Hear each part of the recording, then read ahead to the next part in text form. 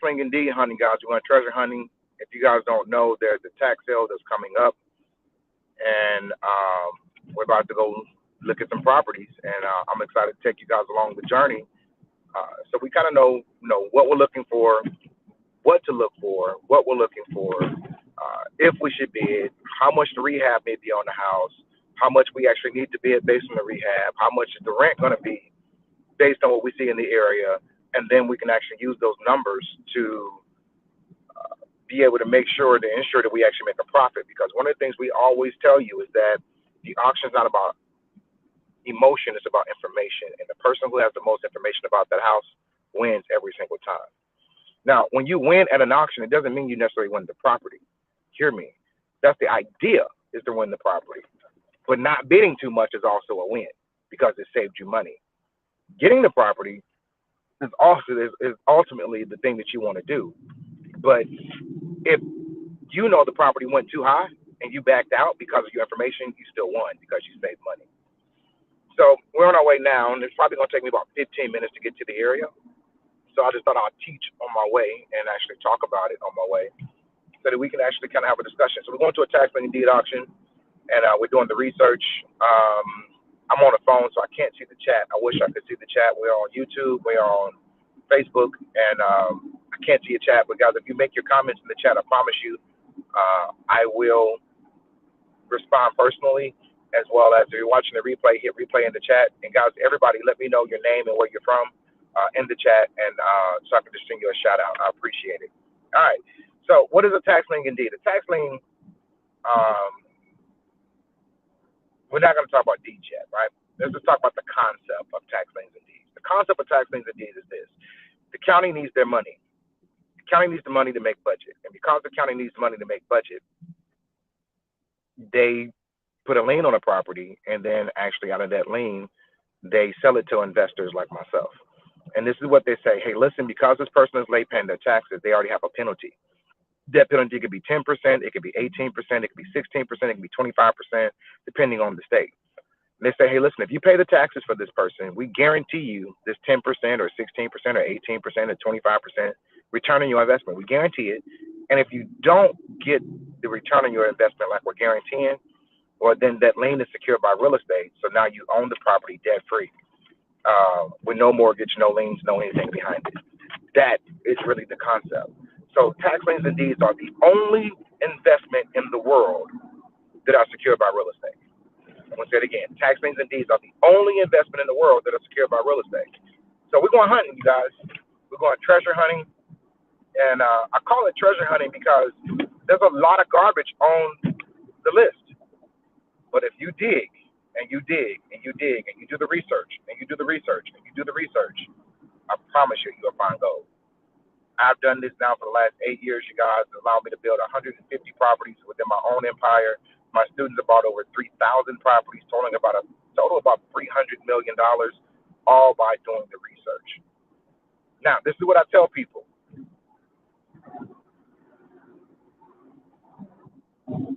Research is literally like panning for gold. Back in the day, you had gold miners who would literally put a pan in the water, take it out, water, shaking and dump it out. They would do that all day. I'm in my looking and looking and looking and looking and looking and looking. But eventually, pull up gold. But if they gave up when they were shaking and shaking and shaking and shaking, gold. That is tax liens and deeds. You got a list of properties and you're gonna find garbage, garbage, garbage, garbage, garbage. But if you don't quit, eventually you're gonna find gold. So today we're going out and we're gonna look for gold. Now I've got to go a different way today. Really get there really simple, but I know that up here they got construction, and so we're gonna go another way around, which may take a little bit longer. But hey, it is what it is, right? People say, well, George's tax liens and deeds a get rich quick scheme. Absolutely not. Tax liens and deeds is a legitimate way to buy property or get great interest rates. That's going to require diligence, research, it requires, but ultimately you are a real estate investor. It's not a get rich quick scheme. If you're thinking that you're gonna come over here and just, get rich overnight. That's not going to. Oh my God. Whether I keep straight or I get off, traffic is horrible. I mean, both ways, this way and that way. I mean, traffic is not moving. Oh, y'all, let me show you this. This is why I don't need a house. This is exactly why I don't need a house. Look at this. Look at this. Who wants to deal with this right here? I got someplace I want to be. I got something I'm trying to do. This right here, for people who do this every day, I'm so sorry you do this every day. I'm so sorry, because this drives me crazy. All right, so I guess it just gives us more time to teach. Y'all don't know, I got my co-host over here, Dobie, but he knows he can't sit in my lap while I'm driving. But yeah, he jumping up, jumping down, jumping up. Now he wants me to roll the window down. He got in position for the window. Y'all know the dog like to hang the head out the window, but we ain't moving, so much for that. All right. So when you're going out and look for tax liens and deeds, guys, I'm going to show you. This is my list, and I'm going out now. I'm just going to look at a few properties because I wanted to take you guys with me. But this is my list right here. So I go through the list, and I turn different properties. He's done with the window. I go through the list, and I turn properties either red, yellow, or green. Red means I did the research on the computer. It's not even worth me looking at. Yellow means might, maybe, sort of, kind of. Let's do some more research, go look at it. And if we can't get the other ones, then we might get these. And green means, man, listen, so far for what we know, these are the properties we want. Now, the reason that you do red, yellow, green, because there's going to come a time at the auction where you might not get all your green properties, but there might be some yellow properties that are still there. And so if you can't get the green ones, then let's at least try to get the yellow ones. But you don't know to get the yellow ones unless you did your research. It's kind of like a plan A and a plan B. You need both of them. So these are the green ones right here. I don't have any yellow ones because I'm just going out, guys, to show you, and this traffic is not moving. I'm really upset. Oh, God, I'm upset. I do not do traffic at all, especially when it's not moving. I'd rather drive around. And if I had known this, I would have took the streetway because, in fact, we're going to take the first exit we can get off of, and we'll just take the streetway because this is, do y'all do this every day? People who got to go to work and commute and go through this traffic, this is an everyday occurrence? How do you do it? I don't understand. I don't get it. This is kind of moving, but I'm literally doing 5 miles an hour. Well, now I'm going a little bit faster. We're going 10 miles an hour. But this is mental agony. Literally mental agony. This is crazy. All right. So anyway, let's get back to teaching since I'm stuck in traffic, right? So you can't mess up the list, man. Let me have this right here. You can't mess up the list. This is the goal right here. All right. Now,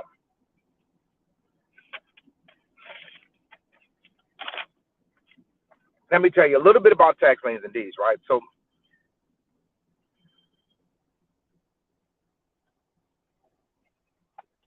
tax liens and deeds, guys, just hear me out.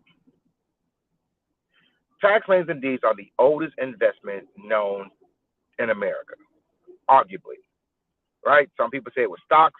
Some people say it was tax liens. But either way it goes, the fact that you're arguing that it's one of the oldest investments in America puts it into play. So how is it the oldest investment in America? It's a guaranteed investment. It's secured by real estate. It pays double-digit returns. And no other investment does those things. And no other investment is as old as tax liens and deeds. But yet and still, most people don't know how they work. We know how CDs work. We know how mutual funds work. We know how 401ks work. We know how almost every investment works except tax liens and deeds. But this one is secure, double-digit returns guaranteed. This one's going to get me real estate. This one, I can't lose with, but nobody ever taught me this. Why? Because the truth is, they never wanted you to know about tax liens and deeds.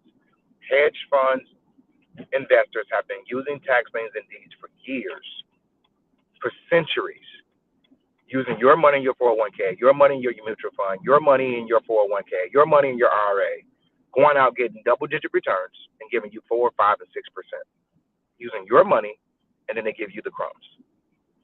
I want to show you how to absolutely go and get the double-digit returns for yourself. And when you don't get the return, you're at the jackpot. You get the property. That's what this is about. It's about building generational wealth.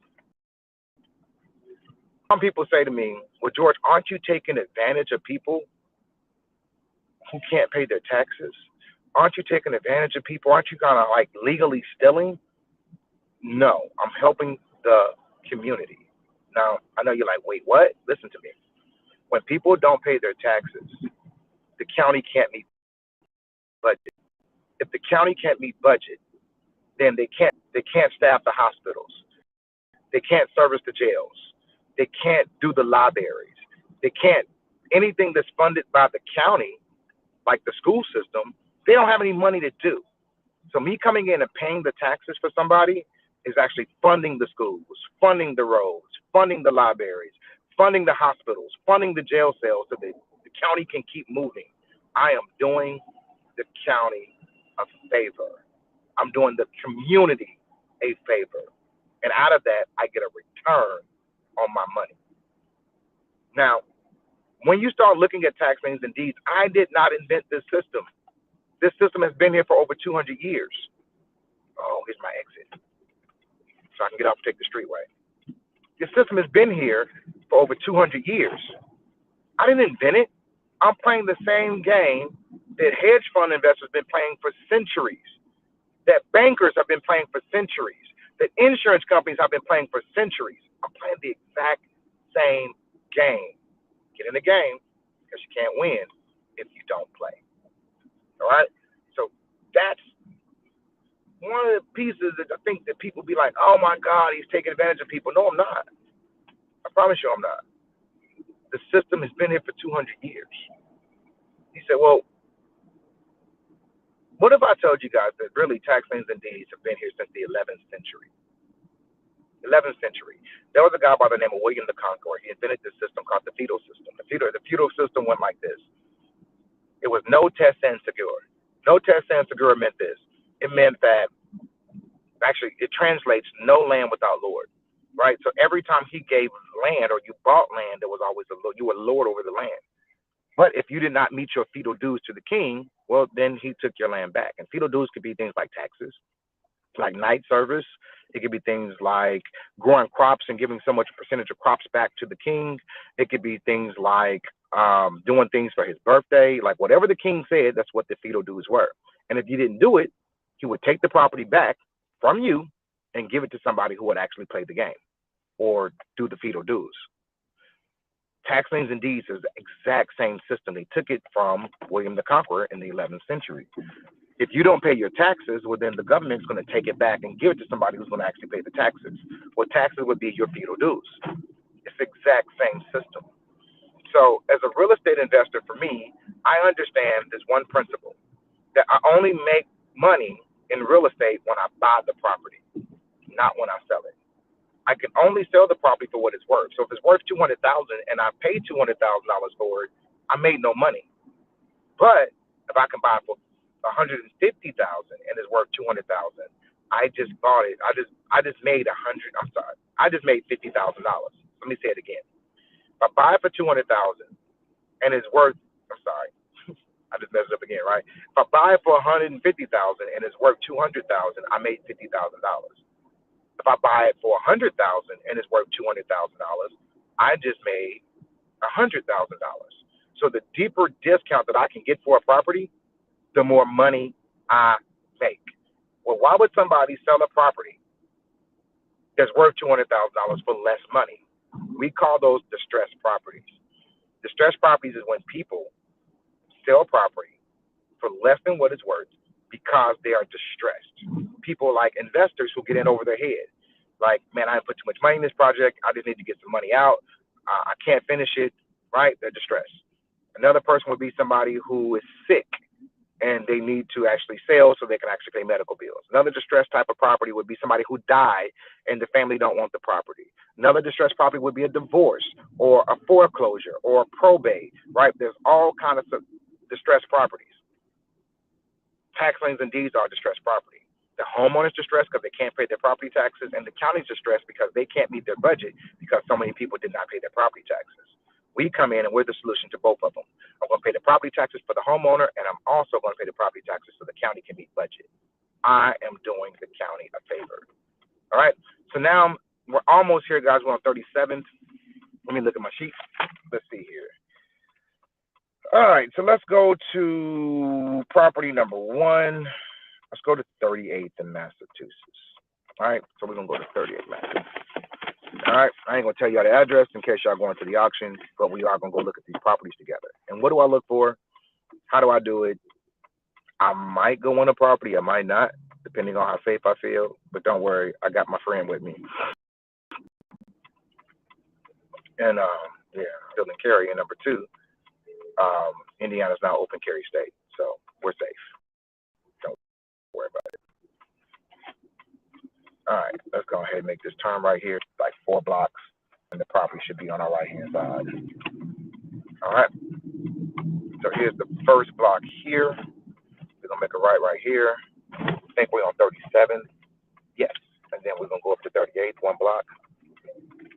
Oh, you know what? I don't know if we can get to 38th from here because Ridge Road is 37th, and I think it's a dead end up here. I might have to go around. But let's see. Let's go check it out and see. I'm pretty positive though I can't get through. Pretty positive. Is everybody getting off work? Why is this traffic? What's going on? Yeah, people getting off work. There's traffic everywhere. All right, so what's going on here? Let's see if we can get through this.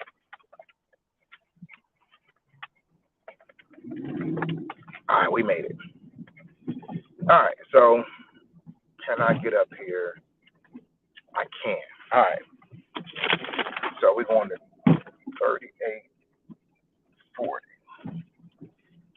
Did I just give y'all the address? I was not supposed to give y'all the address. My bad. That's 34. It must be this right here. It is this one right here. All right. So the first thing we're going to do is look at the neighborhood. The neighborhood, I would call it like a C neighborhood. It ain't the most desirable neighborhood in the area. I do see one other abandoned property in the area. Come on, let's go. I'll be back, Dobie. Make sure you lock the door.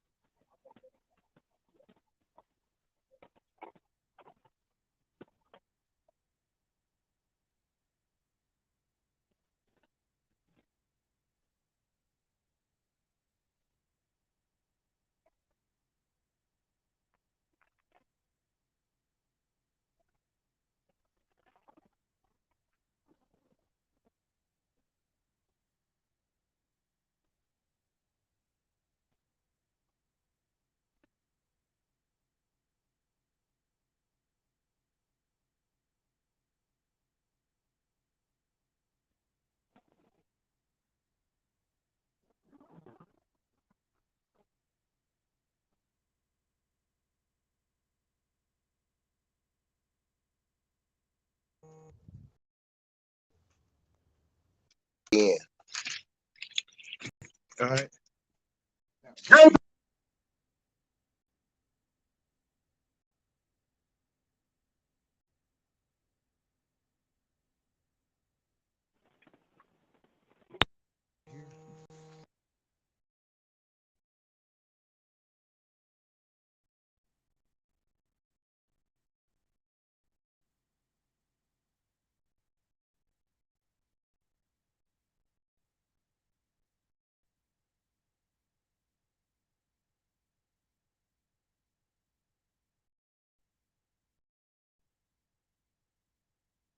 It looked like my Bluetooth was on and y'all couldn't hear me. So hopefully y'all can hear me now.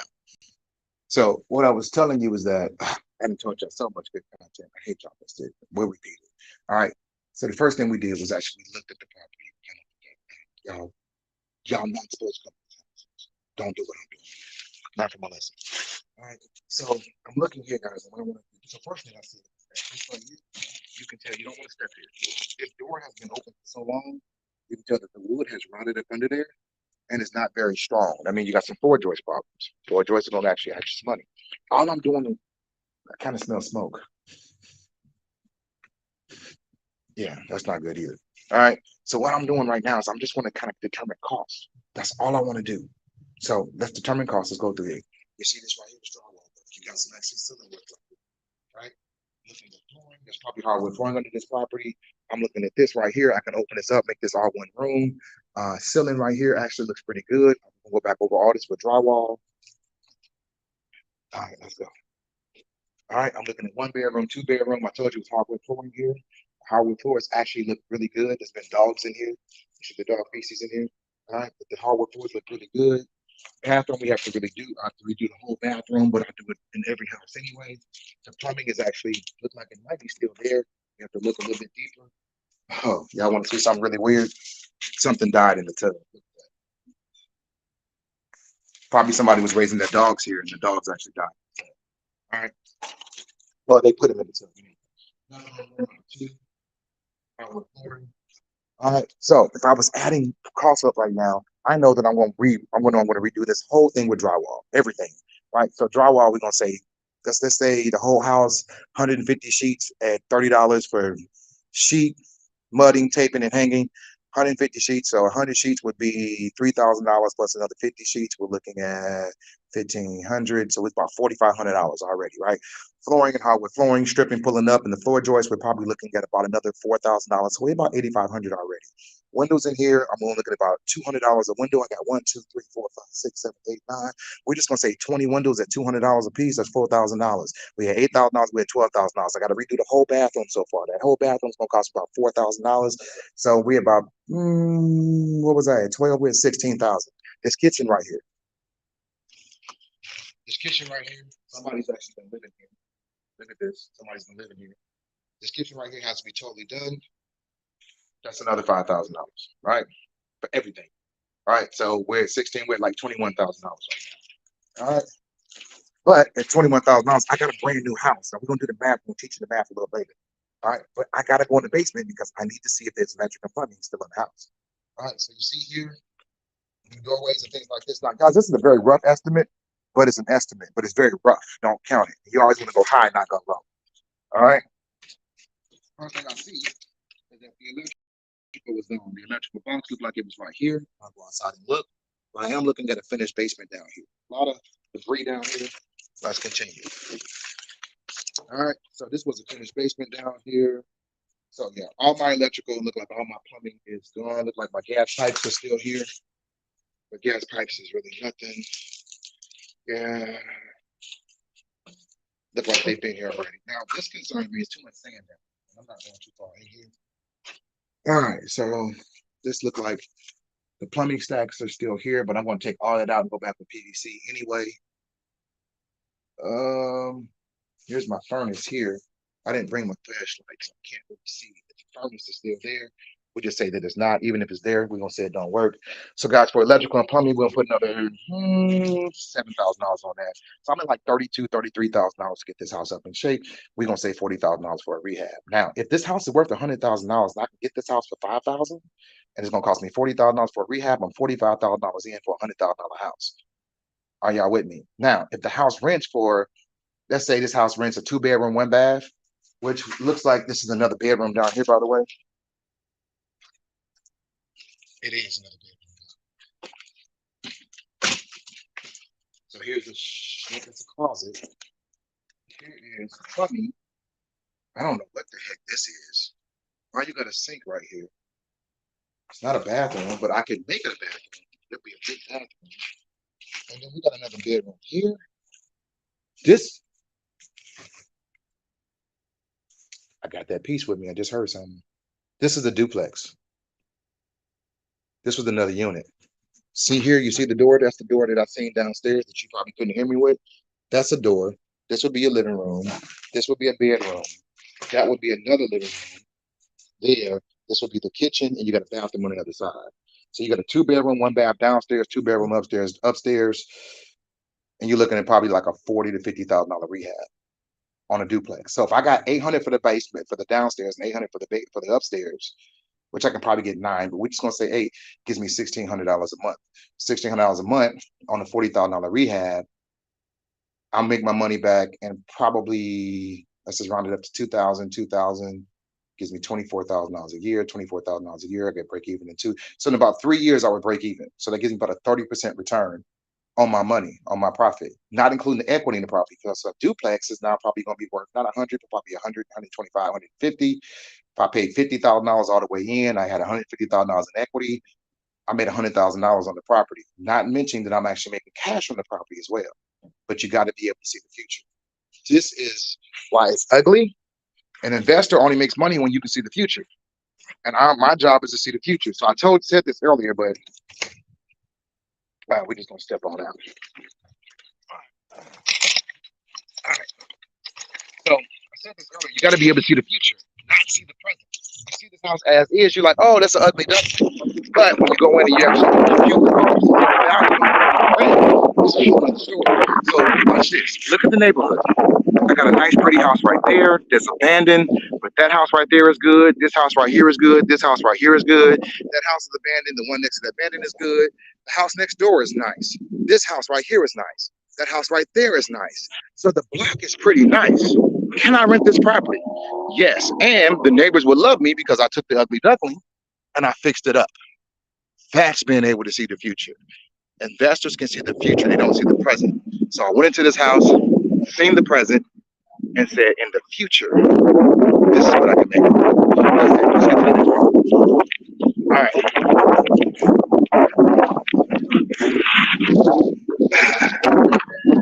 All right. Guys, I can't turn the camera around while I'm on this live stream. I can. Wait, let me see.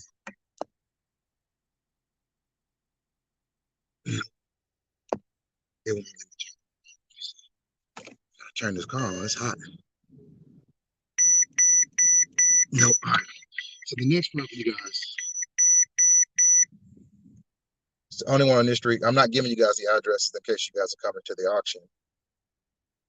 But let's go up to 2 blocks over and 2 blocks over. So about 4 blocks. All right. So, as I was saying before, guys, tax lien and deed investing, I don't think you guys heard me. Rashida called me and told me y'all couldn't hear me for the first 20 minutes I was talking, and I was dropping knowledge. All right. Let's put your seatbelt on. And let's go. All right. So, tax lien and deed investment, you guys, is literally where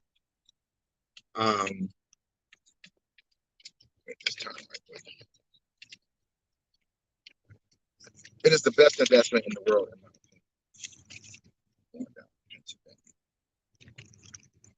All right. All right. So, number one, before I even get into that, I'm gonna tell you, do not ever do what I'm doing, guys. You're not supposed to go in these houses. It's considered trespassing. I'll tell you guys a funny story about me trespassing before, and it didn't work out too good for me. And I can't get through. I can't tell you the address. So we got to go all the way up and around because I can't get through this block. All right. All right. So if you guys are wondering what I'm doing, I'm going tax lien hunting, I'm going treasure hunting. Right? And I can call it treasure hunting because back in the day, can I get up here? Nope. Back in the day, you remember when gold miners or diamond miners or whatever, and they still do this today, right? They would take a pan and they would put it in the water, and they'd like scoop it up, and they would shake it, and they would dig through the rocks, and they got nothing. They would put it back in the pan, and they would pull it back up, and they would shake it, and they would go through the rocks, and they got nothing. And they would do that over and over and over and over again for days on out. But one day they got a gold nugget, right? Well, that gold nugget would probably pretty much change their life. This is what tax lien deed investing is. Like, we're going to look and look and look and look and look, and we're going to go through house after house after houses because all these tax properties are on the list, and there's going to be a lot of garbage on there. But if you keep looking and don't give up, eventually you're going to hit gold. That's what I call tax lien deed investing. But if you have to do the research, I want to say it again, you must do the research. If you do not do the research, Jesse told me try to jump up. If you do not do the research, you will not win at this game. This game is not about emotions. This game is not about, oh, that's a pretty house. This game is all about numbers. And you must hear me. You must do your numbers. You must do your research in this game. And this is in every single city, every single state, every single county in America you can do this at. So what is a tax deed? What is a tax lien? A tax deed and a tax lien, we're going to say, what is a tax lien first? A tax lien investment is when the county is literally stressed out. The county is stressed out. I cannot get through here either. Let me see if I can get through here. I don't think so. I want to teach you guys, but I got to be able to get to the property. Is this Pennsylvania? Nope, that's Virginia. This is this one. Don't worry, I'm going to teach you just a second, but I got to be able to figure out what. So the problem is that you used to be able to get through all these streets, but our previous mayor, decided it would be a good idea to block off these train tracks. And so they made a lot of these neighborhoods one way in, one way out. And it is absolutely the pits because you can't cut across before. All these streets used to be able to cut across, and they stopped it. And so now it's like playing musical chairs just trying to find a property. And it's like literally so slow. All right, so this is this. I think I want to be on that street there. I think I might be able to get there from here. Let's see. All right, I think this is the street here. Let's see if I can. It used to be this hard. This was always been a dead end street, look like.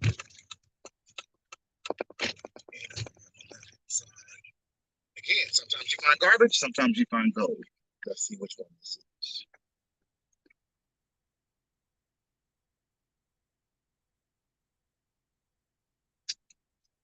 I think it's garbage, but we're gonna take a look and be nosy. All right.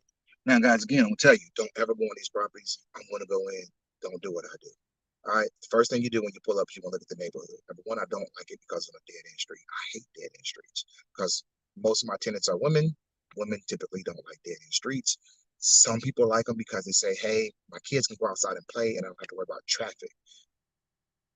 I just don't like dead end streets, just personal preference.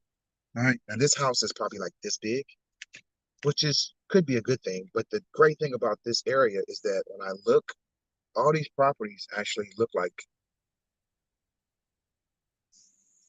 they're pretty occupied.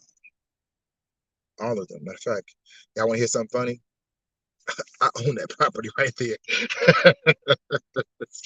Yeah, I own the property right there. No, you can't go. All right, I own my dog. Turn your calls, lock your doors, have your friend with you. All right, so no, you can't go. All right, lock my door.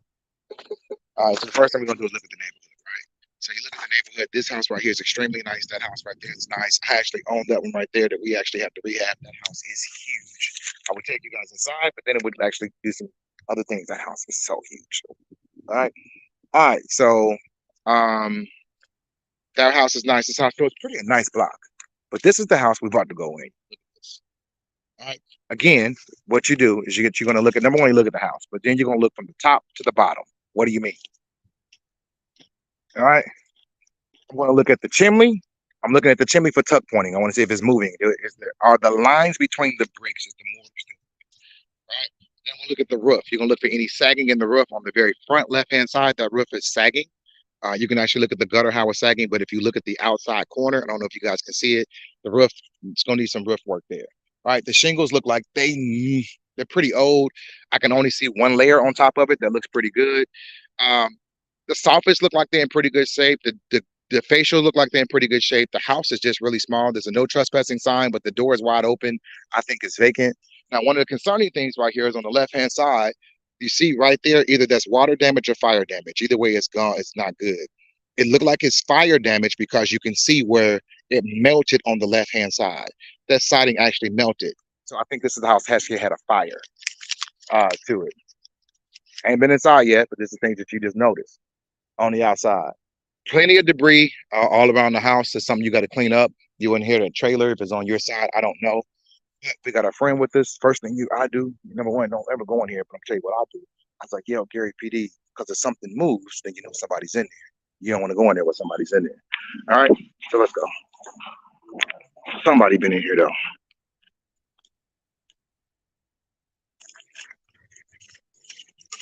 Gary PD!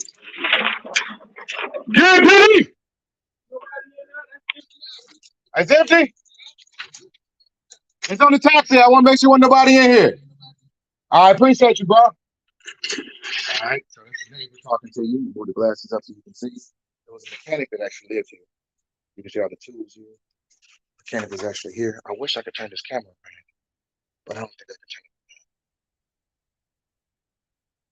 turn it. No. So I have to show it like this. The floors look pretty solid. Drywall is actually pretty good. Clean this out. Living room is really small. It's a small house. I'm not seeing much damage here. Kitchen we would redo all of it. All this got to be done. The floor's got to be redone. Subflooring is actually messed up here. That's water damage. So you got to figure out where the water damage is coming from, which means that the roof is bad. So all this got to be done. I'm just gonna say 10 grand for this right here. Already. Look at the subflooring here. All these floors are gone. All of it. All of it's gone. So you're looking at subflooring here. That tells me I need to be careful. Because the subflooring up here, you see the rafters there. The rafters are actually look like they're pretty in good shape, but there's water damage. This whole roof got to be replaced. Very, very, very small bedroom here. I can't get through there, but just say we got to replace the bedroom there. This is the hallway, so I think it's only one way through here. And for me, this is the pass. I don't want it. House is too almost fell through. House is too small, too much work. Based on what I see, to redo these floors and the floor joists up under here, and I think it's a crawl space because maybe it's a basement here. It ain't even worth investigating because I don't want it. It's just too much money. Between the floor joists, between the roof, and the kitchen and the bathroom, we putting it, I'm probably looking at about $30,000-$40,000 to actually redo this house. And the numbers is not going to add up for me here. Based on the neighborhood, based on what I'm seeing, don't want it. So we're going to move on to the next one. All right. Let's go. Let's unlock the door. Did y'all see me almost fall through the floor? I almost fell through the floor. Literally. That's what happens when you get into the door. Thank God it didn't fall through. This is why you don't go in. Well, number one, you don't go into the house because it's against the law. You're trespassing. You don't own these properties.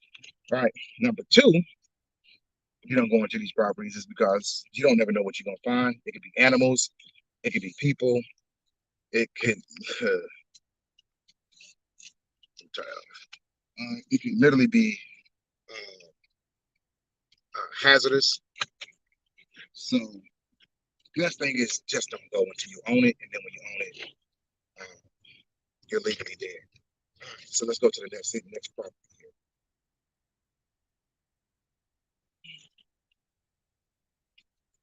Y'all know what I did with my with my notes? I remember putting them in my pocket because I had them with me when I got out. Boom. All right. All right. So let me find my pen so I can actually be able to make my little notes on here. and what's a lien and what's not. All right, so I got my pen. We're just gonna say now. Typically, I would take pictures of these properties, but I can't take pictures because y'all were here.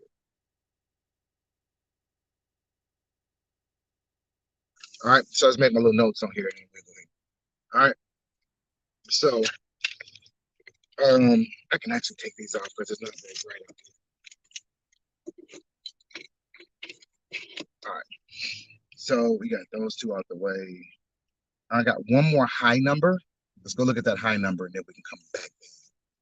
And this is gonna be Second Street, so we'll be better off going up all the way up all the way and come back down. Then we look at the door numbers. All right, so I was telling you like what is a tax lien? Let me get out of this neighborhood, you guys, because again, it's like a maze now. We used to be able to get out. Okay, yeah, we good. All right. So a tax lien is simply this. A tax lien property is a property where the people have not paid their taxes for at least 2 years. At least 2 years. And the county is saying, hey, listen, we can't meet budget because these people haven't paid their taxes. So they said we're gonna put a lien against the house and we're willing to sell the lien against the house for it, usually the back taxes. And if you pay the taxes, then we're gonna give that penalty, the state penalty, to the homeowner. And that state penalty could be 10%, it could be 12%, it could be 16%, 18%, 25%, depending on what state you're investing in. And they're saying, hey, listen, when the homeowner comes to pay their taxes, we're going to give that penalty to you because you actually paid the taxes for them. We just need money so we can actually run the county. If they don't ever pay their taxes, then we're going to give you the property absolutely debt free. That's all a tax lien indeed is. So some people say this. They say, well, isn't it like legal stealing? Isn't it like, you know, like, isn't it unjust? Are you taking advantage of the misfortunate of people that's poor? You get all of these good-hearted people, right? And don't get me wrong, I don't think I'm being bad-hearted. But this is my position on it. Number one, I didn't invent this system. It's been around for over 200 years. It's one of the oldest investments in America. It's number one. Number two is that if I don't play, I can't win. There's so many people playing. We're going to talk about that in just a minute. Number three is that I'm helping the community. Let me tell you how. I'm helping the community because number one, the county can't meet budget if people don't pay taxes. If they can't meet budget, then watch this. Number one, the school system dilapidates. Number two, the streets dilapidate. Number three, the county hospital dilapidates. Number four, the county fair or the county grounds dilapidate. Number five, the sheriff system or the county jail dilapidates. Number six, like every single thing around the county cannot be funded because people are not paying their property taxes, including the school system. So me stepping in, paying the property taxes helps the county, therefore it helps the community. That's tax lien and deed investing. And you say, well, you shouldn't take other people's property. I didn't take people's property. The county did. I paid your taxes. And as my return, I'm going to get my 10%, 12%, 16 or 18% or 25%. That's my guarantee. And if I don't get that, well, then I'm owed the property. That's tax lien and deed investing. All right. All right, let's keep going. Tell me what y'all think. Is tax lien debt? Is it taking advantage of the misfortunate? I want your comments in the chat. Whether you're on YouTube, whether you're on Facebook or whatever, give me your comments in the chat. What do you think? Is the system unjust or whatever? So I'm gonna tell you a story. That goes back to the 11th century. There was a guy by the name of William the Conqueror in the 11th century who ruled with an iron fist, and his thing was no test sans segor, and no test sans segor meant no land without lord, right? And so you would literally be lord over the land. You could own the land. You're the lord over the land, but it could revert back to the king at any time. It can revert back to the king if you didn't do something called feudal dues. Feudal dues were like paying your taxes, growing crops, giving so much crops back to the king. Your night service. It could be things like whatever it is that he had you do. Right, those called feudal dues. If you did not do your feudal dues, he could strip you of your land and give it to somebody who would do the feudal dues. No test and segor. Well, that's what it is today. Your feudal dues are your taxes. And the government is saying, hey, you can be owner, but you still have some responsibilities to pay your taxes. And if you don't pay your taxes, we can strip it from you and give it to somebody who will pay the taxes so that the county and the community can keep moving forward. That's no test sans secure. That's the American system. And it's been here since the late 1700s. So tax liens and deeds are arguably the oldest investment in America. Some people say it's stocks. Some people say that it's tax liens and deeds. Either way it go, in 1776, our country was founded. On July 4th, 1776, our country was founded. Very shortly after that, about 1795, 1796, tax liens and deeds was the first tax lien and deed sale was actually held in America. So tax liens and deeds have been here since the foundation of our country, and nobody knows about it. Tax liens and deeds give a guaranteed investment, but nobody knows about it. Tax liens and deeds are managed by your government, but nobody knows about it. Tax liens and deeds, it's legislated law that passed the Senate and the House and signed by the governor, but nobody knows about it. Tax liens and deeds is the only investment in the world that's secured by real estate, but nobody knows about it. I need y'all to hear me. You know about Wall Street, you know about the stock market, you know about annuities, you know about mutual funds, you know about all these other investments that's out there that pay very little money, but nobody's teaching you tax liens and deeds. Why? It is literally the best investment in the country. And it's the oldest investment in the country. And nobody really talks about them. Let me tell you who does invest in tax liens and deeds. When I go to these auctions, I'm bidding against what's called hedge funds. Hedge funds are the people who have your mutual fund. Hedge funds are the people who have your IRA, your 401k, your money. I'm bidding against insurance companies. I'm bidding against banks. This is who you're actually competing against. Where do insurance companies get the money? Where do banks get the money? Where do hedge funds get the money? They get it from you. They take your money that you invested with them. They get double-digit returns or the real estate, and they give you 4%, 5%, or 6%. Well, if they're getting 25% or 18%, and they gave you 4%, that spread goes to them, and they use your money to get their money. That game is over. I'm not giving them my money so they can actually make large returns and then give me peanuts. I'm going straight to the tax deed sale for myself.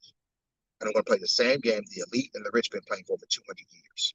That's what tax lien and deed investing is. And that's what I'm teaching you guys how to do yourself. But it's not emotions. It's not a get rich quick scheme. It's an investment, and investments you only do when you know how to do it. And that's through knowledge. So some people say, well, George, isn't it a get rich quick scheme? No, it's not a get rich quick scheme. Number one is that there's nothing wrong with getting rich quick. If you want to get rich slow, then that's up your prerogative. I don't want to get rich slow. I want to get rich quick. We're in a different age.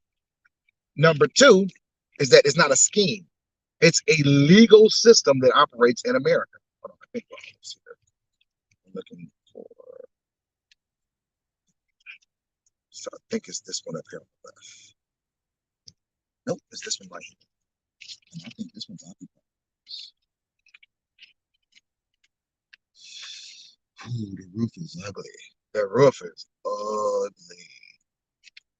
Ooh, God. This ain't occupied. It's dangerous to go in. I'm not even going in. It's dangerous. I'm going to show it to you, but this is a no-go already. You got to take this whole roof off. It's too bad because this is a really nice area. The area actually makes me think twice about the house. I'm sorry, I'll show it to you. So give me 1 second.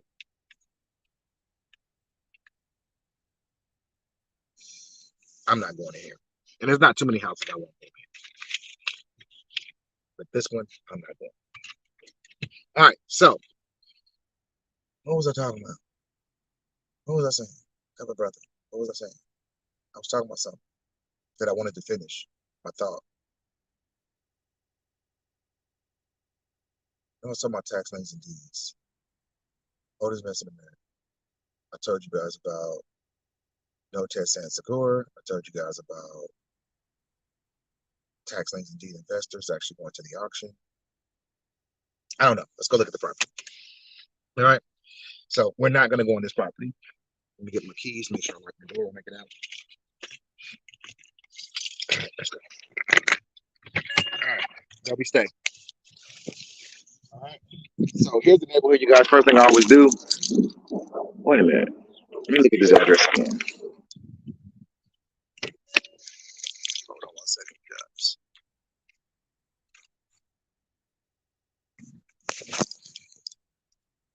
Oh, thank you, Dr. Jackson. She texted me and let me know what I was talking about. So I'll talk about it when I get back.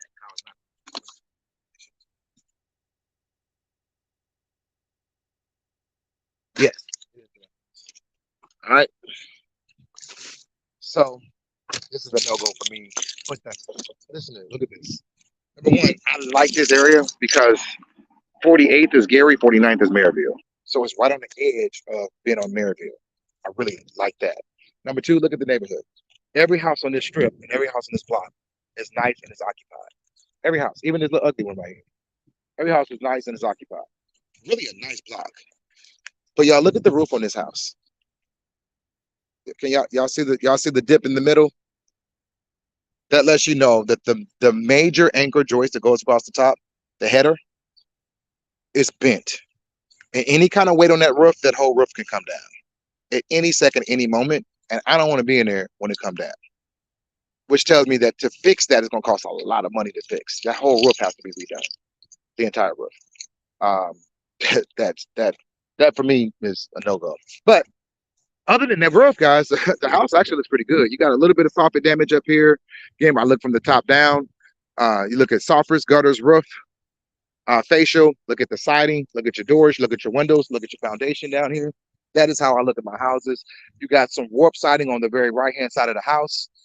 Look like the guys. I think the whole back of this roof is gone. I think the whole back side of the roof is gone. I actually know the person that owns this house. I picked the lock on this house. That house shouldn't have been bought. That's a mistake by a tax-paying investor. It wasn't my student. Oh my God, look at this. I need somebody to take screenshots and put them in the chat so I can use this later on. All right, this is horrible. All right, look at this.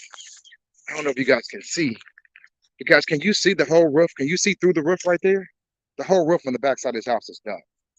It's done. It's finished. The whole back roof. So not only is the roof gone, but when the roof is gone like that, what does it tell you about the inside of the house? That means that every water kills everything. It kills electric, it kills wood, it kills floor joists, it kills rafters. And if the rafters, the wood, and everything else is gone, it's not safe to walk in. You're going to have to redo floor joists. You're going to have to do subflooring. You have to do rewiring. You're going to have to do water kills everything in the house. This is a no-go all day long. All day long. Only thing you can do to this house is knock it down and rebuild. Not worth it. All right. So let's keep going. All right. Man, the block is beautiful. Look at the block.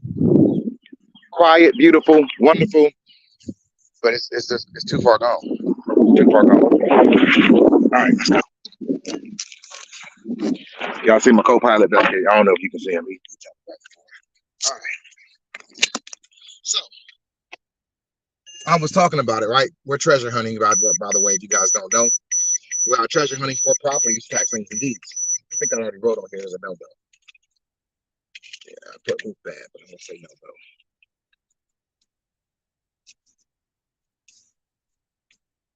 All right. So now let's figure out where we're gonna go next. Now, I should be able to drive straight down this street and hit the next two properties.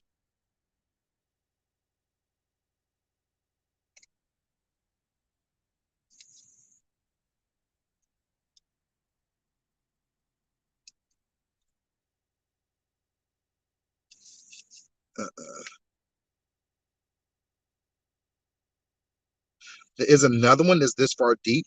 Let's go, since we're this far down, let's go see that one. All right. Always keep behind your surroundings without seeing somebody walking up to me. All right. I got my frame with me. Don't ever. All right. So before I move, guys, I was telling you guys about the, tax liens and deeds are not a get rich quick scheme. Number one, I'm not against getting rich fast. If you're against getting rich fast, then you can get rich slow and do compound interest and invest $500 into a compounding account for the next 30 years. You have $1 million when you get out. By the next 40 years, by the time you get $1 million, that $1 million only going to be worth 500,000 because of inflation. Then you got to pull it out. It's going to be taxed. So now you're looking at another 30% actually paying tax. That's 150,000. So that $1 million only worth $350,000. That's the truth. And you waited 40 years to get it. So good luck with that. If I can get $1 million in the next 5 years or 10 years, I'm all day for it. I don't want to get rich slow. What I'm against is the scheme. I want a scheme. But tax liens and deeds is legal legislation that's been written by the county, well, by the Senate and by the state house and the state Senate and signed by your governor. It's managed by the government. It is legislation. It's not a scheme. It's an investment. So if I get an investment where I'm guaranteed to win, that's been here for 200 years, that hedge funds, banks, and insurance companies use, and they got all kind of money, why would I not play the same game they play? That's tax liens and deeds. Not a get rich quick scheme. All right. And in the meantime, I actually help the community doing it. What? It's a win all the way around. All right. So let's go to the next one, which is actually, I lied, you guys. I said 49th was Maryville. It's actually 53rd. That was a misstart. I didn't try to. All right, what are we doing here? I think they might be doing tax lien deed investment too. They stop in the middle of the street. They going out looking at properties, I think. Yep, I think they're doing the same thing I'm doing. All right. So we're gonna go to the next house, you guys. And I just kind of talk and teach along the way. And guys, any questions you guys have? Let me see if I can find questions. Any questions you guys have along the way, guys? Let me see if I can find it in the chat. I found the chat. Found the chat, you guys. What's going on, Kalitha? What's going on, Laban? What's going on, Laban? I hear people saying no sound. Can't hear you. Sound no sound. You guys were trying to tell me that I had no sound, but I couldn't see the chat. I've been connected to you for a while. I purchased some content and a convention in the past, but it's been kind of hard to connect with you. How do I partner? I'm not taking partnerships no more, Shantae. I'm sorry. No, I don't think so. Taxes go back to the Bible days. That's correct, 100%. No, I don't want to hide that message. I just couldn't see it. Right. Like you said, the system been around for years. My grandparents lost so much land because of the system. They used to use them to work the land that they had already sold. All right, I hear people saying yes. Is that fire damage? Okay, so all right. Yeah, that's the car right there. They're doing the same thing we do. They're probably going to the next house I'm going to. It's kind of funny. All right. So what is the difference between a lien and a deed? Right? There's some states that are lien states, there's some states that are deed states. Your legislator, or your legislation system, which is your House and the Senate, actually determined a long time ago if you're in a deed state or a lien state. And that simply means, are we going to give the person a chance to redeem their property, or are we going to actually just sell the property, and if they ain't paid their taxes in so many years, we're just going to sell it straight out. A deed state is a state that says we're going to sell the property straight out, we're going to sell the deed. A lien state says we're going to give them the lien on the property, we're going to give them a chance to redeem. That's the only difference between a lien state and a deed state.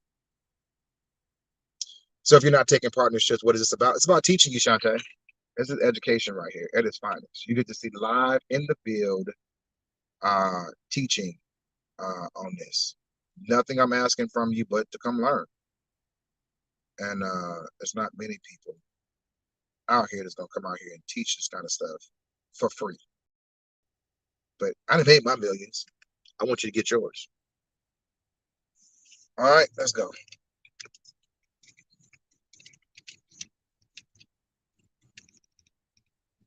I don't want to show it. I don't want to hide this. All right, I don't want to show that. All right, let's see. I can't tell you the address, but how do I get through here? Can I get through here? Let's see. All right. So one of the things I was talking about, guys, is all about the numbers, right? So we went to the first house we looked at, and I said it was a go, and the house looked horrible, but the neighborhood looked good. And why did I say it? Let's do the numbers again. All right. On the high end, let's say that house was a 2 bedroom, 1 bath upstairs, two bedroom, 1 bath downstairs, the duplex, 2 unit building, two unit. All right. So I know that we can get between $800, $900 a unit for the property. All right. Let's see here. How do you have content on D states? If so, how do you purchase? I'm in North Carolina, which is a D state. Yes, Shantae, it is a D state. And I just wrote 7 books called The Property Strategy. Guys, go to, I'm giving away a free book, so you probably want to get The Property Strategy. Just go to 200yearsecret.com, 200yearsecret.com, and you can actually pick up that book today. It's absolutely free. If you pay to get it to you, you can get the book free. Like, again, y'all, I'm at a season in my life where literally I'm giving away stuff.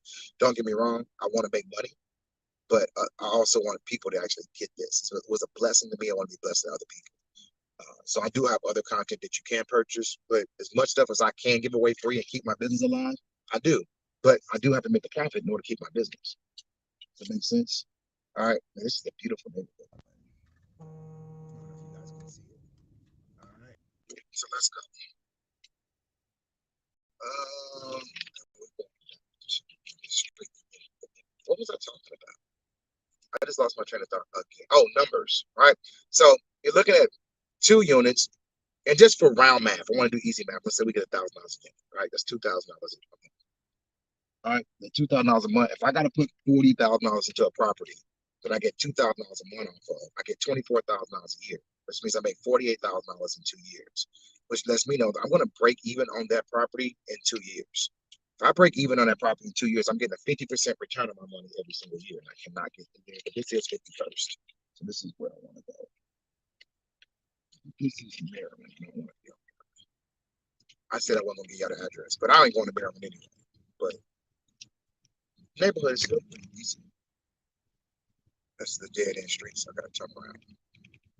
But anyway, so I got a 50% return on my money, cash flow, right? That's cash flow. Somebody put cash flow in the chat, because that's one way I'm going to measure return, right? It's called a cash on cash return. How much money do I have into the property compared to how much money I get out the property? Cash on cash return. All right. But not only that, but if I think the property's worth at least $100,000, I can finance that property. I ain't got to put no money into it, but to buy it, and then the bank will fix it up for me, and then I let the tenants pay for the bank loan, and I take the difference and I actually cash flow. But number 2, if I fix this property up, there's a duplex, and let's just say it's worth $100,000. It's probably worth a little bit more than that, but let's say $100,000. And I put $40,000 into it, I made an additional $60,000. So now I made $60,000 on the property called equity. I used somebody else's money called the bank to fix the property up. I got the tenant actually paying for the loan, and I'm making $2,000 a month minus what my mortgage is. I'm winning all day long. And then I can turn around and refinance that property for at least 75%. That's 75% on $100,000, put $75,000 in my pocket. I repay back the loan that I used to fix up the property, which would be $40,000. I got $35,000 in my pocket. My loan, $75,000, is probably going to be somewhere around $800 a month. Let's say $900 a month. I'm getting $2,000 a month off the property. I'm walking away with $1,100 a month, $35,000 in my pocket, and I got a property worth $100,000, and the loan is only $25,000. Am I winning all day long? And get this: every single dollar and every single dime I make on that property is absolutely tax free if you do your taxes right. It's a win. This block is nice. All right. All right. So I like the neighborhood. I don't like dead end streets. I told you guys that, but I do like the neighborhood.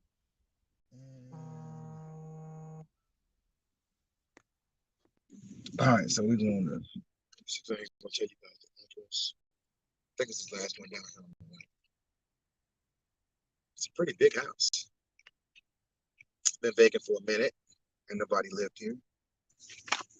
Listen to me, excuse me. Watch the speech. I'm doing well. My name is George Howard. I'm a tax lien investor in the area. I'm an investor. I buy property. And this house right here is on the tax lien sale. Do you know any history about the house? Just really the history. How long has it been vacant? Anybody in there? Any damage to the property? Anything like that?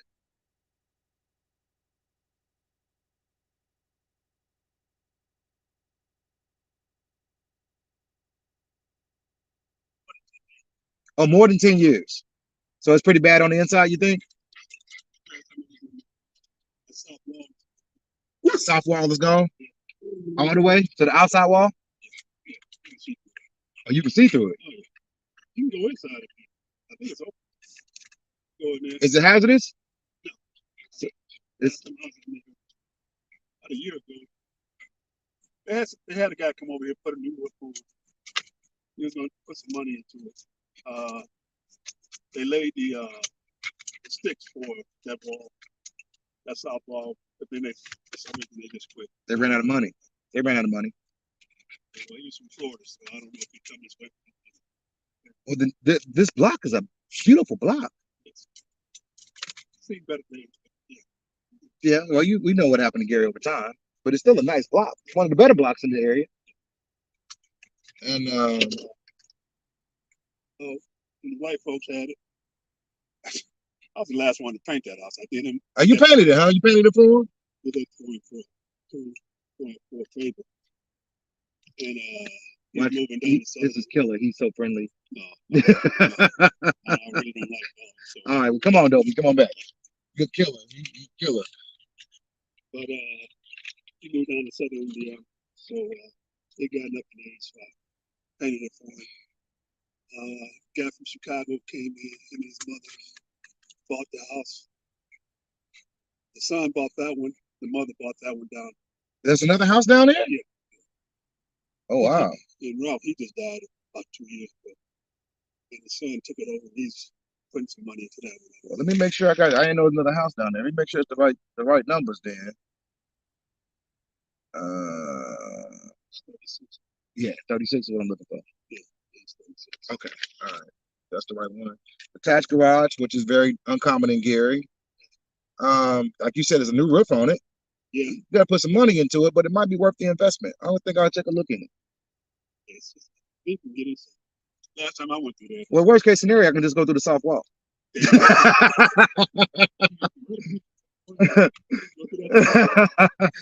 Thanks a lot. Let me park. All right, guys. So I just got the history of the property. Very important. Met the neighbors. So you do that because if you actually get the property, if somebody ever goes in the property, you make sure they got your number and they'll call you. Right? They want to see the area come up. They want to see the community come up. Right? So you have to learn how to actually talk to the neighbors. All right? Still like you doing. You still paying? Now you say you ain't doing it no more? Oh, okay. All right, let's go on here. Still got the piece with you. All right, let me show you the house. So first thing you do, you look from top to the bottom. Like he said, it's already a brand new roof on it. But all your soffits, all your gutters got to be replaced on there. But the guys, soffits and gutters really ain't no money. I promise you, that's really really cheap. Now, other than soffits and gutters, you guys, I want you to look at the ends of your rafters. You see the end of your rafters here? All that's rotted. So they got to actually sister that or pigtail it and have it come out so that you actually have a fascia to screw into. And all of the front rafters are gone. All of them. So that's some additional money. This over here actually still looks good. Like those are rotted. This one on the end right here is rotted, but these right here are actually still good. You can come right up to that. That wood is still good. All right. So all right, let's see if we can actually get in.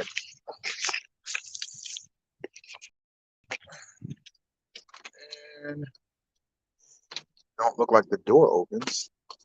So he said I can get in through the soft wall. Let's go try to we can get in through the soft wall. And I'll show you guys the neighborhood. The neighborhood looks really nice. So he said the soft wall. Well, I can't get in through the soft wall. We might have to go in through the back.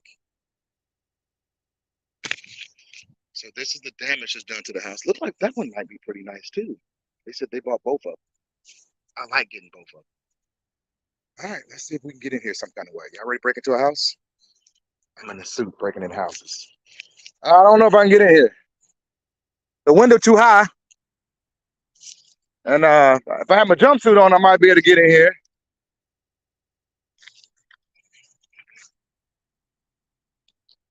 So yeah, it's on the tax sale, so you won't get a lot of traffic coming up and down here.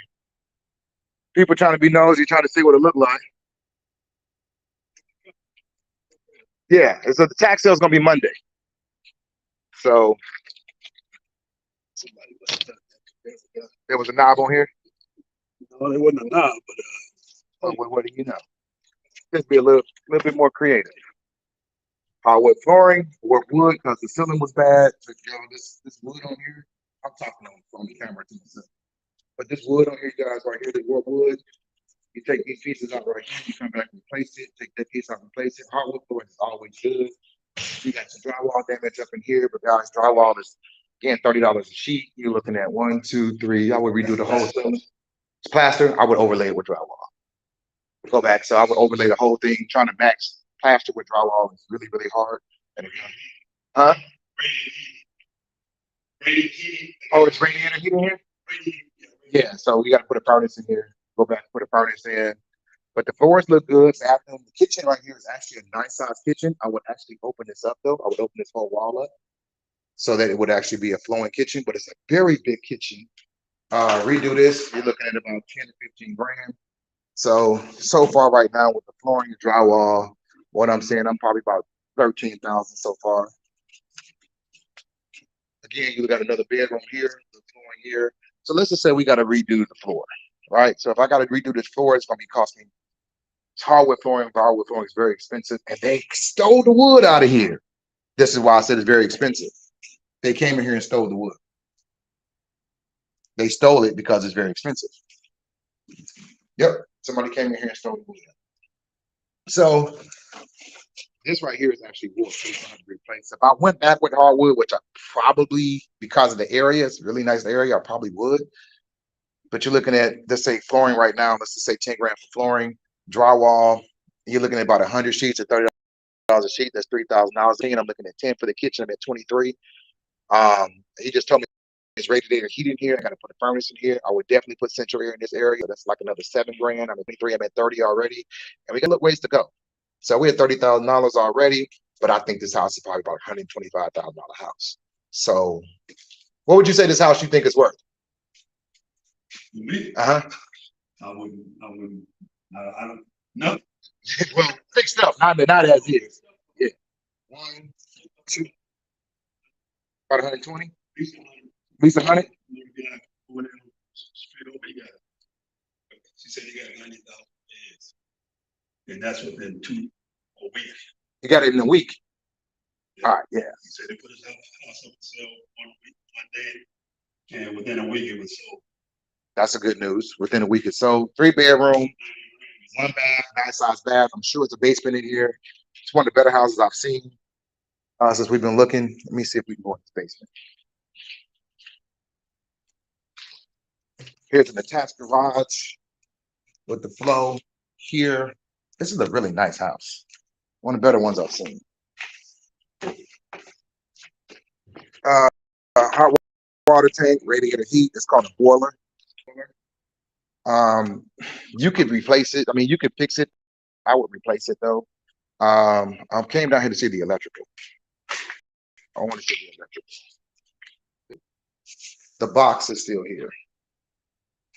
Box is still here. The electric is still here. That's a good sign for me. I don't have to do the electrical. Plumbing.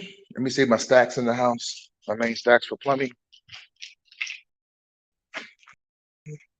I don't see the stacks. The bathroom was over here.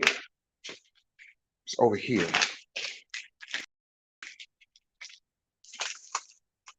Here's the stacks here. Stacks are still here. Plumbing is still here. I don't see water lines though. Don't see the copper. I would replace. Guys, I always cut water lines out and go back with PEX anyway. So I could rehab this house for 40 grand. Everything. But let's just say 50, right? 50 grand for this house. This house would rent. I would flip it. This is definitely a flipper. If I put 50 grand into it, let's say I paid 10 for it, that's a $60,000 investment. I flip it for 125. I made $60,000 real quick. Now, if I was to hold it, now here's another strategy, right? If I was to hold this house, I would get easily about $1,800 a month on this house. But let's say $1,500 a month. You get $1,500 a month. That's $18,000 a year. $18,000 a year on a $60,000 rehab.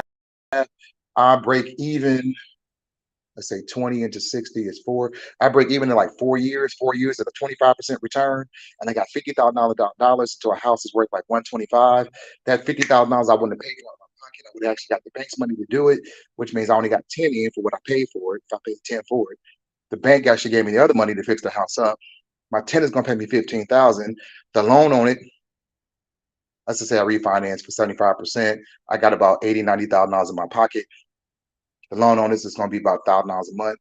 $1,000 a month minus the 1,500. I cash flow $500 a month. Everything's tax free, and I walk away still with about $40,000-$50,000 in my pocket. It's a win for me all day long. And the house is solid. This is a good buy. All right. And you got good neighbors. All right. So those are the numbers. When I said it's not about emotions, it's about numbers. I didn't do windows. I would replace all the windows too. So let's put another $10,000 in windows. All right. Here's the area, you guys. You can see the house there. That's the area. That's the neighbor right there. He's very, very friendly. And the block is nice. The landscaping here is horrible, but this block is a very, very nice block. Very nice block. I like it. It's a win for me. All right. I think it's a go for me, man. I think it's a go. It's the house. It's a solid shell. It's a total rehab. You got to redo everything. The electric is still there, which is good. The plumbing, the drain lines are still there. I will put new water lines in. I did go in the basement. I seen the boiler down there. I seen the hot water heater's gone. But I'll go back, put new water lines. I will keep the drain lines. You know, you're looking at facial. You got your pigtails, your end-tails, and your rafters got to be replaced. Your soft wall got to be redone. You got windows and everything done. Got to be done. But the house is solid. Yeah, the house is solid. Griff built both of these houses. He built that one for his mother, and he built that one for his family. And I mean, in the wintertime, you go in there with that radiant heating. Oh, it run you out of there. It's comfortable. that radiator heater run you out of there. Only problem with boilers, everybody can't work on them, and they're very expensive to put on. My brother-in-law bought this house after Ralph moved together there, and he put it that. Well, that's a brand new boiler down there. It's brand new. Yeah. What 10 years ago? It's brand new. It ain't been used that much. Even probably longer than that. You know, it's a new one compared to that. What you usually see. Yeah, I get it. But he worked on it a couple times. The house had been for a while. What happened to the house next door? Somebody still in it? Ralph died last year, and his son took it over, and he's putting work in there. So you think if I get this one, I'll definitely take the one next door. You know, that the worker just left. He'll probably back. So he's actively working it. Yeah, well, that's good news for the neighborhood. So this is the only ugly duckling on the block. I used to try to keep the grass up, but you know. Well, you know, there's only so much you can do. You can paint the house already. You know? Well, it's nice meeting you. I'm George again, man. Hopefully we become neighbors, man. Let's see what happens at the auction, but yeah, I think it's solid. I think I like it. Okay. All right, man. Be blessed. Thank you so much. All right. All right. So guys, put in the chat what you guys think. Put in the chat what you guys think. I think it's a solid house. Here it is again. It's pretty nice. All right, let's go. Only ugly duckling on the block. Pretty solid house. I like it.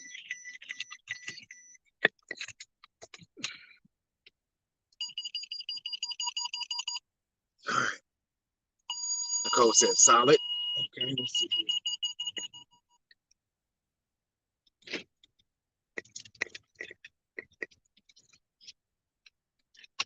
Ain't nobody else got any comments?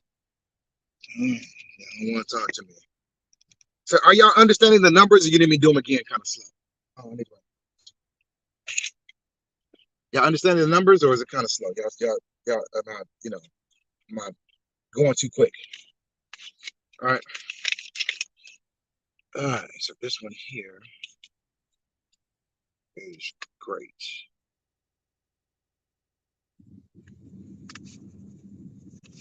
All right. I start going down and seeing the smaller ones, just the lower numbers. And then I got to get to my boot camp. Shantae said yes. All right, so we're going to go see maybe 2 more properties because they're right next door to each other, and then I'm going to end this. Yeah, you like it. Solid numbers, Kendall. Kendall, you'll be in boot camp tonight, right? All right, so we're gonna go to same street, but I can't get through. But it's about 20 blocks down. Then I'm gonna call it a night. All right. Came out here to teach. Call my I was supposed to call Don. All right, I gotta let y'all call him on the way up. Once I end y'all. All right, let's see which block I can get through. Can't get through that block. All right, y'all. Tell you what, y'all got any questions? Put them in the chat, and I'll answer any questions I got. You guys, man, how to get started, the best stage to go in. You know, how did I get started? I'll tell you my story, whatever you want to know. You know, we live, and I'm here to serve you. So it don't cost anything for me to serve you. So put your answers in the chat. Let's do this. Let's go.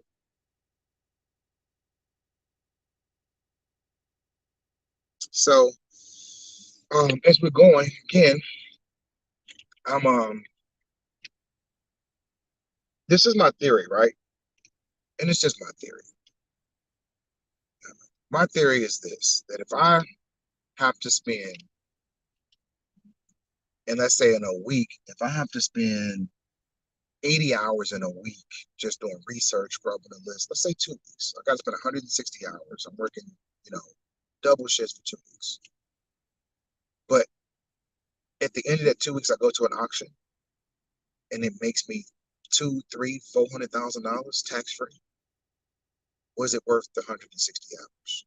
Y'all do the math on that. How much did that just make it out? That's the key.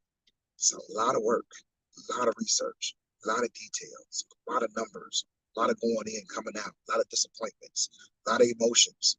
But at the end, where else can I go in 2 weeks and come out and make $300,000, $400,000? That's the key.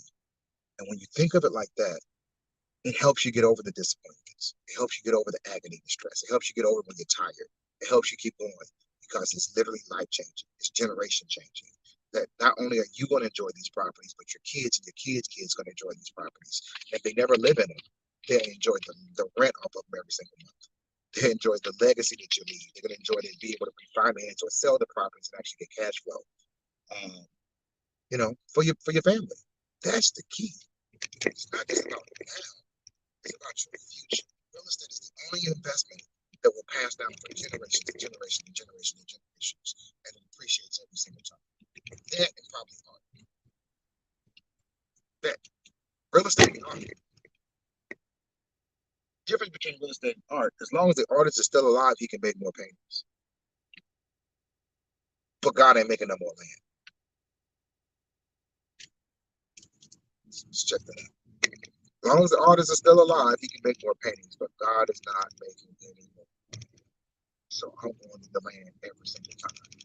Art, I don't know if I can get along against art. I don't know if I can get along against art. But real estate, I know I can get along against the real estate. And when I get a loan against it, it's not considered income. Therefore, it's not taxable. So now I got $100,000 in my hand with a loan. I don't pay no taxes on it. Then watch this. I make my tenant pay back the loan, right? And I get to write off all the interest. I didn't pay it. The tenant paid it. I get to write off all the interest. I get to depreciate the house every single year. I get to write off, like, not just the house. Anything. This is one of my mentees' houses right here. It looks really good. Really good. You did a good job. I would show it, but I don't think I show it. My mentee's fixing his house up right now. They're doing a great job. Look at that. She's fixing that house up right now. They're doing a great job. She should be done with probably a week or two. Should be done with the house.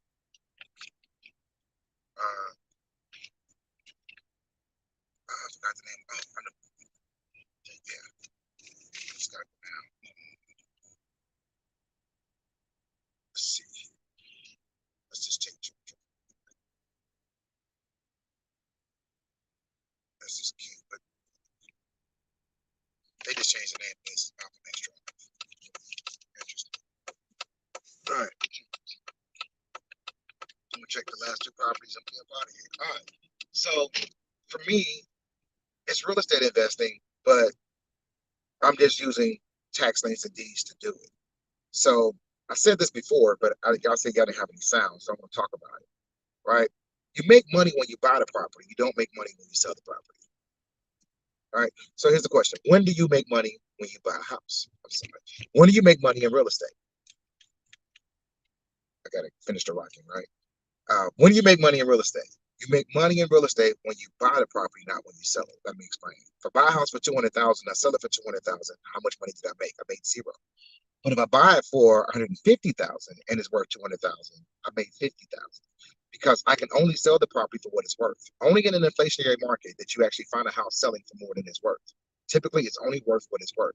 So $200,000 house is gonna sell for $200,000. If I need to make money on the house, I make it when I buy it because I want to get it for the deepest discount that I can get it for. Man, that was a hard bump. I can get it for the biggest discount that I can get it for. When I get the house for that deep discount, I make the money. How do I get a house that's worth 200,000 cheap or cheaper than 200,000? Because most people want to make what they can make. You do it by finding distressed properties. Distressed properties are things like divorce. Distressed properties are things like state properties. Distressed properties are an investor that got in over their head and couldn't finish the project, like the one we just seen. Distressed properties are things like somebody got sick and need medical bills, right? A distressed property that has to be sold now because the property owner is in trouble financially. Well, tax liens and deeds are distressed properties. They're distressed twice. Number one, the property owner cannot afford to pay their taxes. That property's distressed. But number two, the county's stressed out and distressed because they can't meet budget because so many people did not pay their taxes. So when I come in and pay the taxes for them, I'm not only helping the homeowner by paying their taxes, but I'm also helping the county. I'm also helping the community by paying the taxes. And in return, I get a guaranteed return. But now, for me paying the taxes for them, they're going to give me my money back plus interest. I like that. When the homeowner has to pay their taxes, they're going to get an interest rate. A penalty is what the state's going to call it. Actually, that house right there is on the market. I need to go look at that. What's on the sale? One of my mentees was looking at that yesterday. I'm going to go check it out. But we can go to this other house first. All right. This is the street here. This is the street. It's not. It's the lake.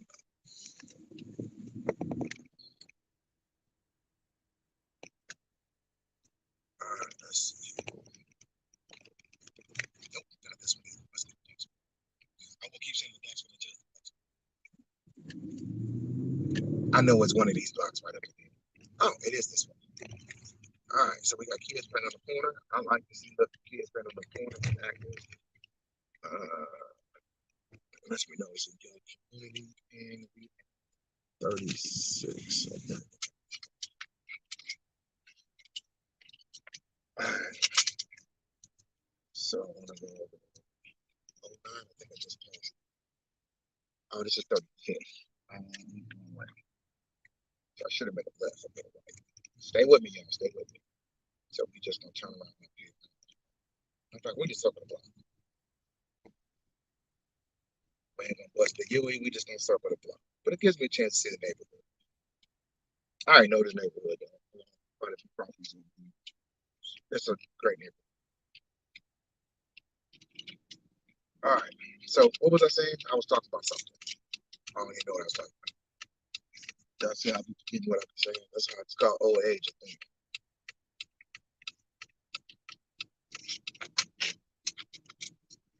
Somebody put in the chat what I was saying. Put in the chat what I was talking about before I got distracted and went the wrong or turned the wrong way. By the time I put it in there, we're gonna be at the house. Come on. I need some assistance. All right.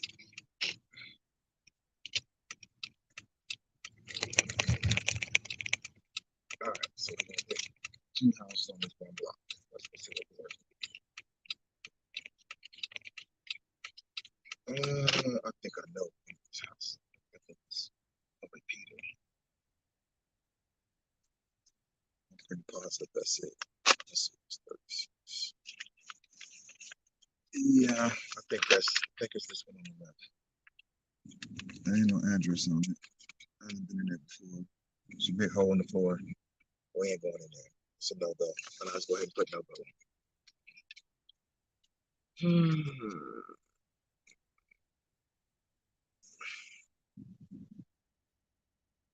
Oh no, that's not the house. So let's go on up. Let's see. It's this one. It is the same house. This is the one.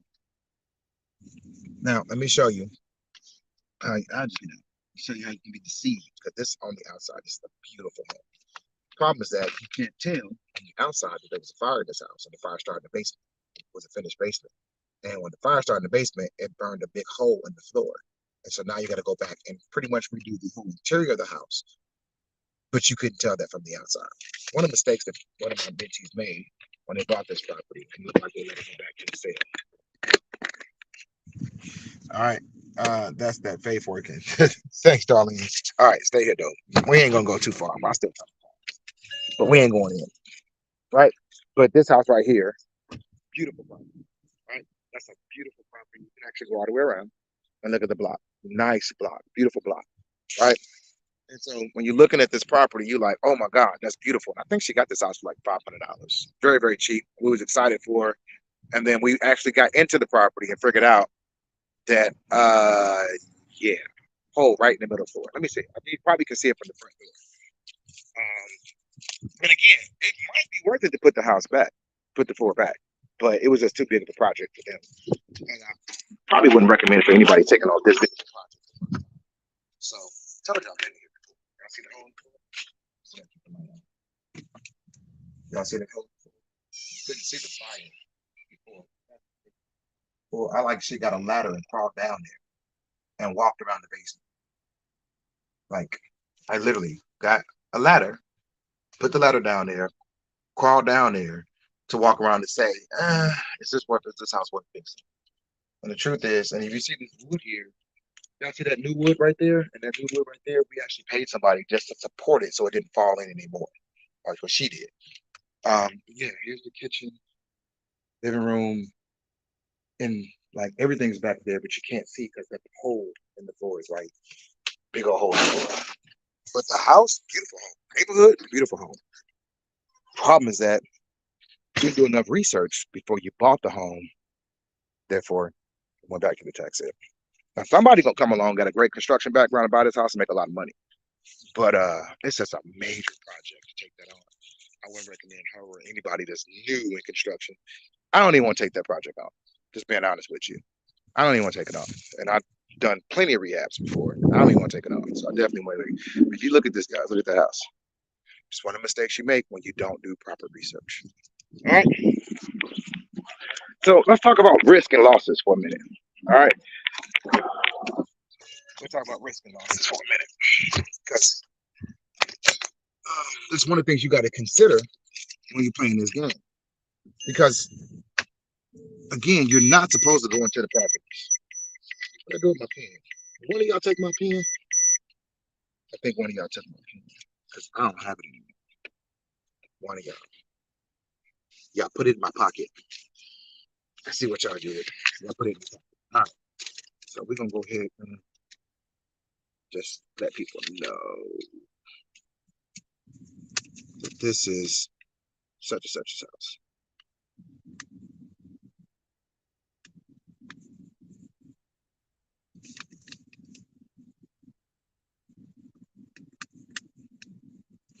All right. So unfortunate, beautiful home, but fire got the best of it. So the next one we're going to is 2 blocks that way. All right, let's go. So let's talk about risk and numbers, right? So let's just say I bought 3 houses at a tax sale investment. And let's say I got each one, we'll just say $5,000. I got each house for $5,000. Typically, I get some for 500, I get some for 1,000, get some for 8,000. Right? But let's say an average of $5,000 house. So I paid $15,000 for 3 houses. But one of those houses is garbage. I just threw $5,000 away. Right? It's garbage. I can't do nothing with it. Let's say that's something like this. I don't want it. I'm gonna let it go back. Pay $5,000 for it. All right. It's part of the game. Because when I sell the next house and I make 100 grand by selling the next house, it's part of the cost. So here's an example. VCs, which are venture capitalists, will tell you that 90% of the property, 90% of the businesses that they invest in are going to fail. 10% are going to succeed, and those 10%, when they make the profit on those 10%, it's going to pay for the other 90% that fail. Same concept. Not every house is going to win, but the ones that do win pay for the ones that lose. But the better you are at research, the less likely you are to lose. So research is the key. All right, let's go. All right, so it's kind of the risk game, right? And when you share this, and research includes so much. Let's talk about research for a minute. Because anybody can go to a tax deed sale. They're public information. The mistake is done in the research. So there's several ways, and we're going to talk about some off the top of my head. There's several ways that people make mistakes in research. Several ways that people make mistakes in research. My dad used to pastor this church right here before he retired. Still a school and still a church. It's a good thing. Yeah, just memories, that's all. All right, so let's go. I should have made it right there. All right.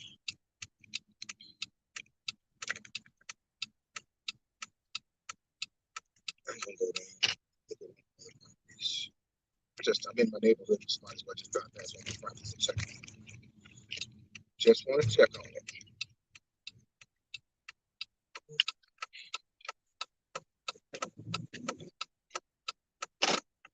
And she's still. I want to see the very first property I ever bought. It's the very first property I ever bought right here. Very first property I ever bought. Here we go. That's it right there. Very first property I ever bought. Paid $300 for this house. We're actually renovating.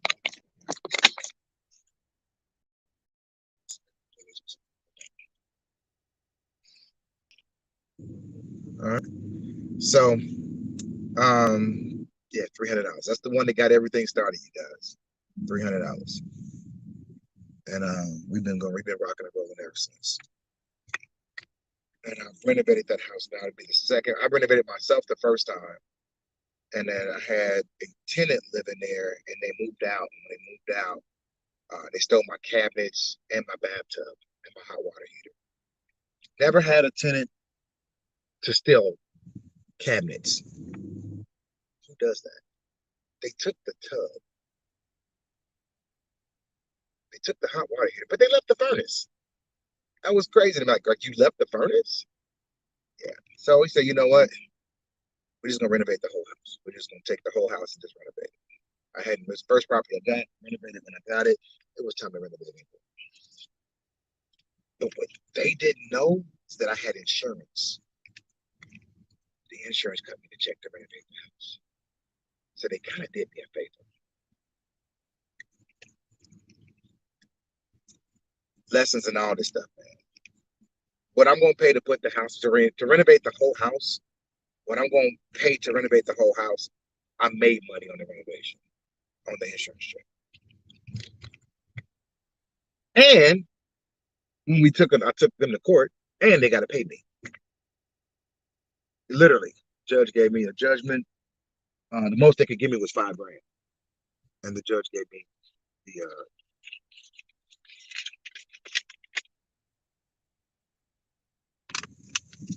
I think it's this house right here. I don't like the block, and I don't like the house. It's a brick house. I like brick houses, but I don't like the block.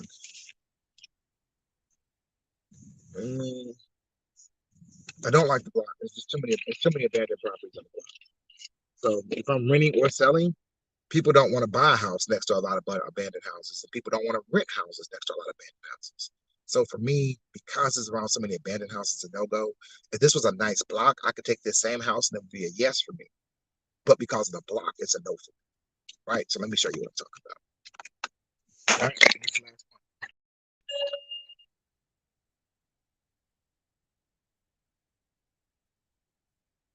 one. All right, I gotta get home. All right, boot camp. All right, so let's count. I got one across the street that's abandoned, that the roof is gone, so you got to knock that whole house down. Two properties that's abandoned, and then this is the house right here, and then the house right there is abandoned, and the one next door to that is abandoned. So I got one, two, three, four. I got four houses that surround this house that's abandoned. I don't want it. All right, now the house right here is beautiful, which is actually a positive thing, right? This house right here is beautiful and is right next door to this house. So actually it gives this house some potential. But for me, I want to say no. I don't even have to go into it. But that's just me. Somebody else is just getting started. This might be an ideal house to get started because you can probably get it very cheap. The dog is ready to go home. Yeah, right. You can probably get it pretty cheap because behind these bushes could be a really nice house. I forget it. Let's go. Let's go on here. Y'all know I can't. I can't. I can't. That's just too tempting. Let's just go on in. So, uh, all right. So it's boarded up. Now, boarded up is a good sign. It lets you know, number one, that somebody cared about the house enough to board it up. Number two, it lets you know anybody been in here.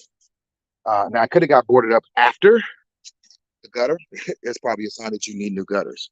And the fact that this fell down tells you that your wood up there is rotted because it had nothing to hold on to. All right. So let's see if we can go another way. I lock my door. I got my keys. I lock the door. Uh, I got to get back, you guys, because I got boot camp tonight. But just looking all the way around, the brickwork looks pretty good. You can have your tails, your rafters, your gutters, your facial. I don't know what's inside, so I can't tell.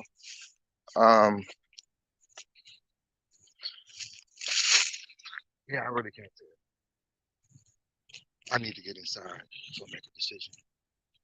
But so far, I'm going to say no until I can get inside. I ain't got enough time to get inside right now. But I don't see any major things right now that's just really telling me, no, don't do it. Stay away, Real Robinson, other than the other vacant properties around it. And the thing that's kind of making me a little interested is the house that's next door is beautiful. I don't see anything. And they did a great job of boarding this house up, which now makes me very curious. All right. It's because I got to go get into boot camp. Got to get ready. I got to call the auctioneer. Well, you know what? I ain't got to call the auctioneer because he had training today. I think the people who are in boot camp with training, they had some questions. So, we'll see. But I do got to get back for boot camp. You guys don't know, I'm actually going through a training right now with this auction, where I'm teaching people how to do what I do in every single state in the country. I'm using this auction as a live auction, as a training ground, and got to get ready for that. But I enjoyed you guys hanging out with me today. How many of you guys would like to do this tomorrow? Just put the word tomorrow in the chat. If you're like, hey, I will go with you tomorrow, George. If you do this again tomorrow, I want to go with you. You know, we spent about 2 hours together today looking at houses for free, getting free education. You guys would want to do this again tomorrow. Put tomorrow in the chat for me so I can see. We're going to take the streetway home because we seen what happened on the way here. I hated that traffic. All right. Nobody put tomorrow, so I guess I'll keep my little comments to myself. All right, guys. I love you guys. Love of Christ. I'll see you guys later on. You guys be blessed.